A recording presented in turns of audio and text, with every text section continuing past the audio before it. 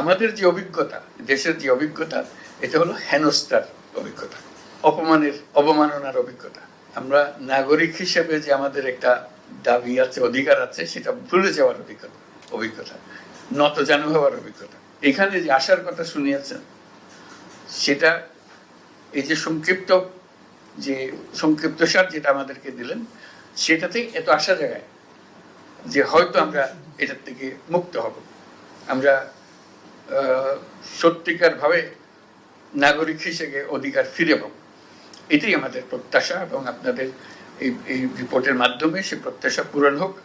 আপনাদের এই রিপোর্টটা আমরা এখন সংস্কার কমিশনের রিপোর্ট হিসেবে জনগণের হাতে দিয়ে দেব, এবং রাজনৈতিক দলের হাতে দিয়ে দেব, সিভিল সোসাইটি অর্গানাইজেশনের কাছে দিয়ে দেব, যাতে করে তারা একমত হতে পারে যে এগুলো করে ফেলা ভালো। কারণ আমরা মনে করছি আমাদের এখানে আমাদের মাথা নাড়ছি, আমাদের ভালো লাগছে, সবাই যেন এটা মাথা নাড়ে, যেটা ঠিক কথা বলেছেন, আমাদের তো প্রাণের কথাটা বলেছেন।